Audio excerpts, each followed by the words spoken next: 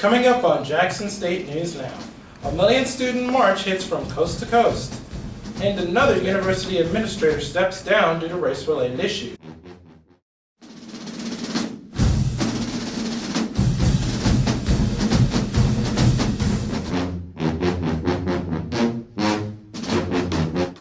Hello everyone, welcome to Jackson State News Now. It's Friday the 13th of November. I'm Jordan Darensburg. Alexis Scott and Charance Wright have the day off. Let's take a look at the latest news. Thank you for watching. The reality of student debt spawned a million-student march on Thursday. Here's a look at one protest in Oregon. College students in Portland joined others across the nation for Thursday's million-student march. They're calling for tuition-free public college, cancellation of all student debt, and a $15 an hour minimum wage for campus workers. And here's a look at the protesters in Philadelphia. They too joined others across the nation in the million-student march. The demonstrations were inspired by remarks by Democratic presidential candidate Bernie Sanders in June. He said congressional Republicans would be forced to tackle the student debt problem if a million young people marched on Washington. A Halloween costume controversy at a Southern California college has led to the resignation of that school's dean of students. The photo was the last straw in an ongoing debate over what some call a lack of inclusion at Claremont McKenna College. Christine Lazar has the story. I was just hurt. It was this photo from Halloween that prompted Claremont McKenna student Casey Garcelon to take to social media to spotlight what she calls the marginalization of students of color at this private school. What's wrong with that photo is that they're appropriating culture and they're not being aware of it. And I think that's a larger issue at the Claremont colleges is people aren't aware of how they make students of color feel. In the photo, which Garcelon posted to her own Facebook page, two students are dressed as mariachis, complete with ponchos, sombreros, and maracas. Garcelon wasn't the only student to be offended. I'm just constantly confused by the fact that some people just don't get it and still make the same mistakes. You see this every year. I'm just kind of tired because, especially with access on the internet, I feel like the knowledge is there. On campus today, students from all 5 Claremont colleges staged a rally to highlight a lack of support, they say, the administration has shown to students of color. Just hours earlier, the dean of students, Mary Spellman, resigned from her position after there were calls for her to do so, and 2 students went on a hunger strike. I think the students have heard a lot of empty apologies.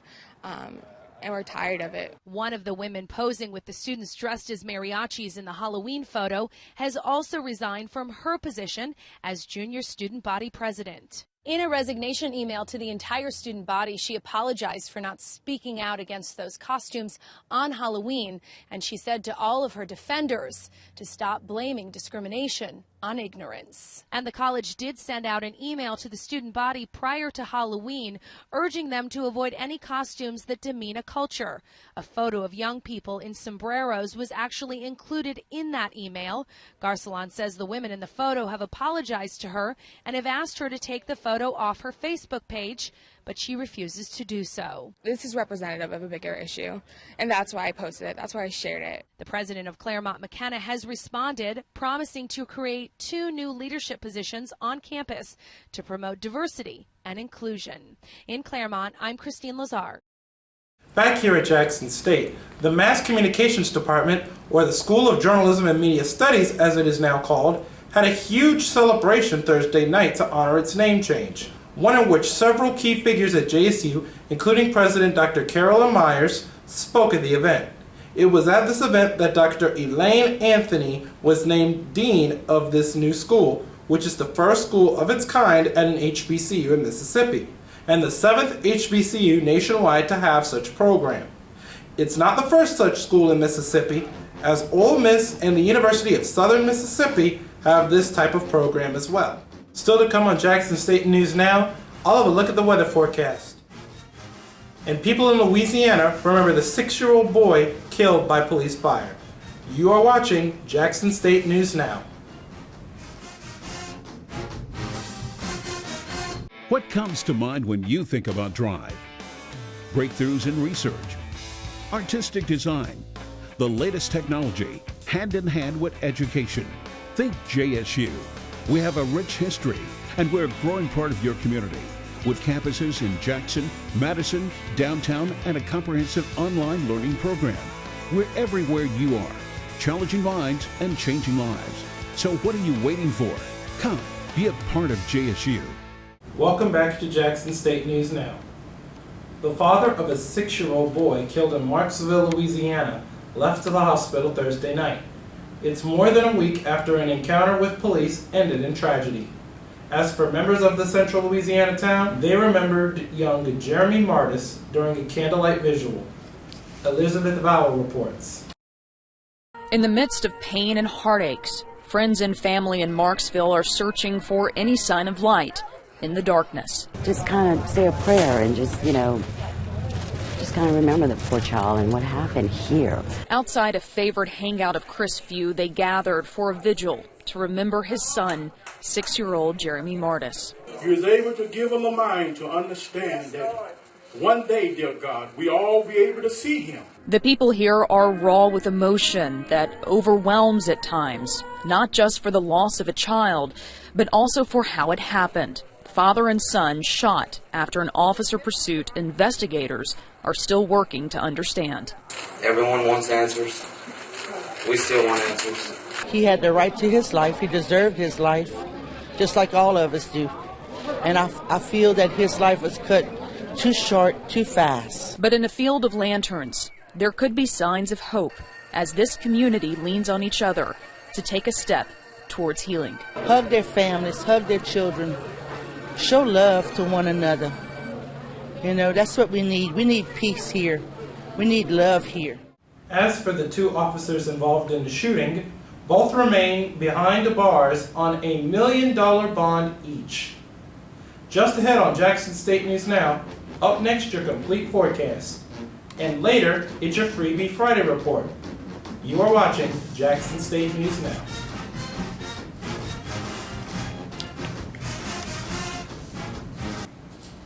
I'm Alexis Norwood, a graduate of Jackson State University, and I'd like to challenge you to join me in the 10 for 10 challenge.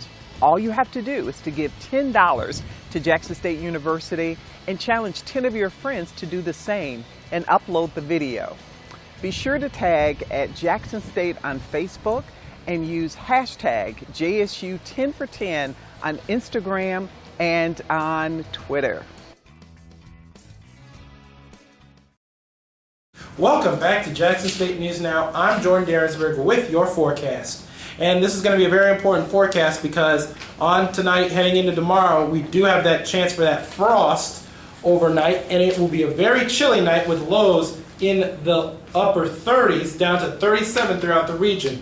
However, we do have some very nice weather, and that's pretty much repeated throughout much of the country because there's literally nothing on the radar except for an active system in the Pacific Northwest, which we'll be watching very closely.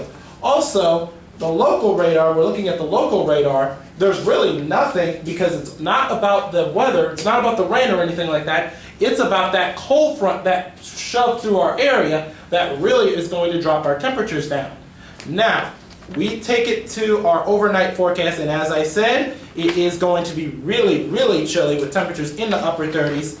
And it could persist through morning as the temperatures will go up a little bit. And with that said, we do have a frost advisory for overnight, so make sure that you are protecting any plants that you might have. Not that you would have any plants in your dorm room, but protect any plants that you may have from being killed because of these crops. And looking into the 5 days, like I said, Friday night there's going to be that chance of that frost, obviously. But Saturday, once that frost dies off, highs will reach the upper 60s. Same thing for Sunday, but it is Tuesday we are definitely going to be watching because Tuesday we have that chance for severe weather. And with that, also, definitely the main point of that is the frost. So make sure you are bundled up overnight and make sure that you are warm and keep all your plants protected. Now it's time for a segment we call Freebie Friday. This is where we highlight the free events going on this weekend at Jackson State and around Jackson. Friday night, the International Student Ministry will be hosting a Bible study tonight from 5:30 to 9 in the New Student Center Meditation Room. There's a free instrumental arts concert tonight at the Belhaven University Center for the Arts. You can experience the new and unique timbres of the woodwind and brass ensembles as they revisit the works of traditional composers and move to the always exciting contemporary avenue and perform some of the newer music in the small ensemble repertoire. Doors open at 7. The festivities get underway at 7:30 p.m. Roll-off dumpster day takes place in the city of Jackson. Tree limbs, yardsticks, and other debris can be taken to various locations in and around Jackson from 8 a.m. to 2 p.m. Proof of residency may be required. Starting at 11, Progress Mississippi will hold its My Vote Matters campaign, which aims to increase voter turnout and voter participation among 18 to 35-year-olds, the millennials. It takes place at Shepherd Brothers Park in Jackson and lasts until 3 in the afternoon. The first home game of the regular season takes place Saturday afternoon at 3 p.m. for the Jackson State women's basketball team as they host the University of Mobile Rams. The Jackson State women's basketball team hopes to get off to a great start to their 2015-2016 season. That's your Freebie Friday report. We'll be right back. Hello, I'm Coach McCall from the Jackson State University Tigers, and I personally would like to challenge all of you to give to the JSU 10 for 10 Challenge. All you have to do is give $10, 10 recurring dollars to JSU, and challenge 10 of your friends. And go out there on the website and post it to your account at hashtag JSU 10 for 10.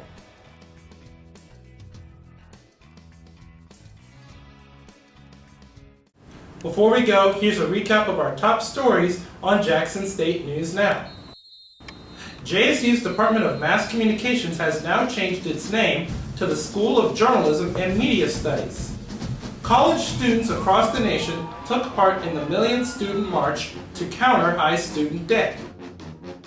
The Dean of Students at Claremont McKenna College in Southern California resigned following a racially insensitive picture. Take a look at these burglars who got very comfortable while committing a crime. These 3 burglary suspects apparently got a little hungry as they ransacked the San Jose home. That's just south of San Francisco. A home surveillance camera captured them raiding the victim's refrigerator. San Jose police released the video Thursday from this August crime with the hope the public can help ID the suspects. Police say 3 suspects forced their way into the home, ransacked the house, and stole personal property before fleeing the scene. The house was unoccupied at the time of the burglary. One of the suspects has been arrested by Santa Clara police. The other 2 are still at large. And now here's a final look at weather. Tonight, temperatures drop all the way into the upper 30s, meaning it will really feel like November here in central Mississippi. The highs tomorrow afternoon will reach the mid to upper 60s throughout our region. However, we are definitely watching this next system when it comes to Tuesday and Wednesday, as there is a chance for some severe weather. And that does it for the Friday the 13th edition of Jackson State News Now. For Alexis Scott and Charance Wright, I'm Jordan Darensburg. Thank you for watching Jackson State News Now, part of the Jackson State News Network.